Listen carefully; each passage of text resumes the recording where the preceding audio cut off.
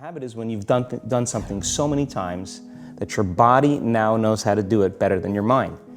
So if you think about it, people wake up in the morning, they begin to think about their problems. Those problems are circuits of memories in the brain.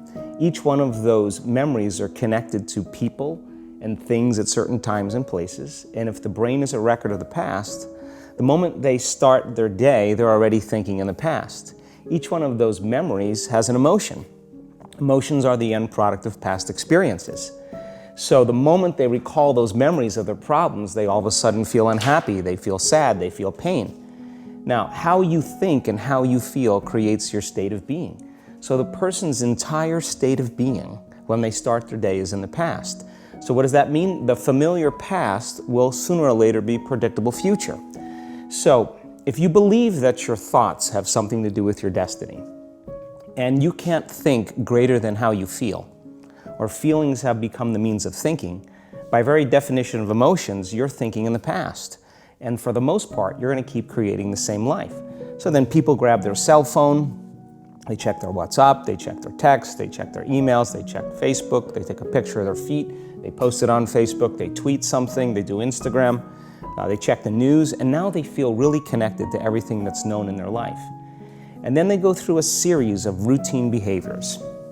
They get out of bed on the same side, they go to the toilet, they get a cup of coffee, they take a shower, they get dressed, they drive to work the same way, they do the same things, they see the same people, they push the same emotional buttons, and that becomes the routine, and it becomes like a program. So now they've lost their free will to a program, and there's no unseen hand doing it to them.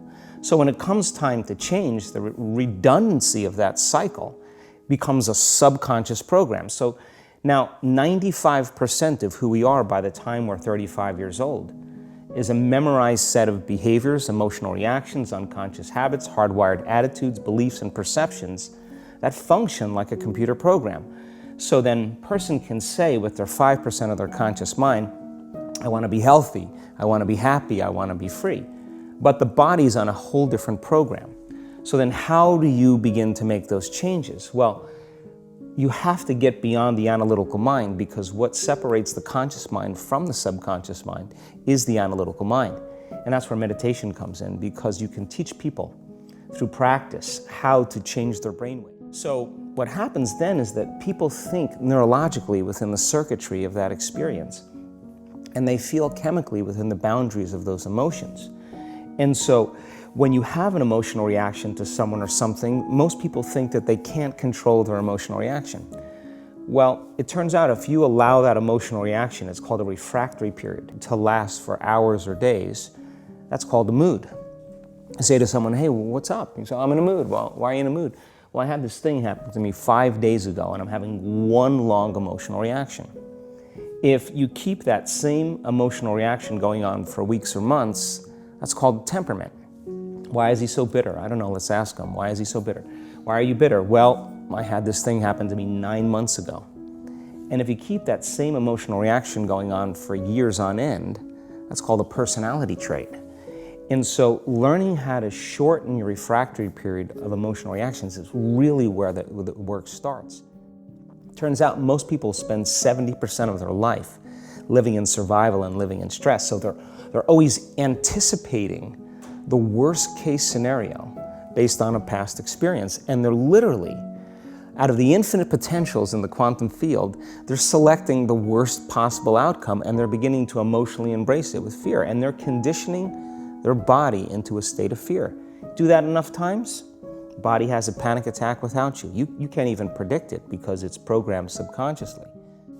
In a sense, if you're sitting down and you start thinking about some future worst case scenario that you're conjuring up in your mind, and you begin to feel the emotion of that event, your body doesn't know the difference between the event that's taking place in your world, outer world, and what you're creating by emotion or thought alone. So most people then, they're constantly reaffirming their emotional states.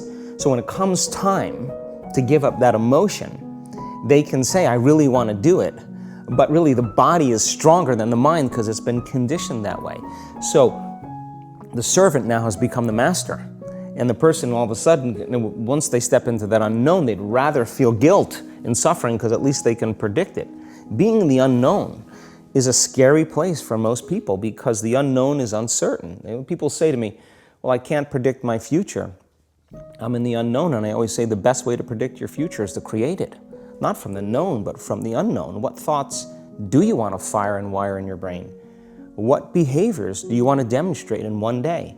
The act of rehearsing them mentally, closing your eyes, and rehearsing the action. Rehearsing the reaction of what you want, or the action? The action of what you want. By closing your eyes and mentally rehearsing some action. If you're truly present, the brain does not know the difference between what you're imaging and what you're experiencing in 3D world. So then you begin to install the neurological hardware in your brain to look like the event has already occurred. Now, your brain is no longer a record of the past. Now it's a map to the future. And if you keep doing it, priming it that way, the hardware becomes a software program, and who knows, you just may start acting like a happy person. Quantum model of reality is about causing an effect.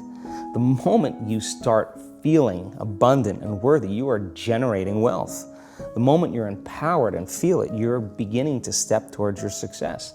The moment you start feeling whole, your healing begins. And when you love yourself and you love all of life, you'll create an equal. And now you're causing an effect.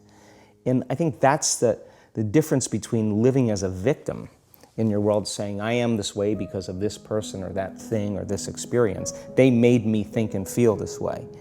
When you switch that around, you become a creator of your world, and you start saying, my thinking and my feeling is changing an outcome in my life. And now that's a whole different game, and we start believing more that we're creators of reality. And so then the act of becoming conscious of this process to begin to become more aware of how you think, how you act, and how you feel. It's called metacognition. And so then why is that important? Because the more conscious you become of those unconscious states of mind and body, the less likely you're going to go unconscious during the day. And that thought is not going to slip by your awareness unchecked, because it means to know thyself. The word meditation means to become familiar with.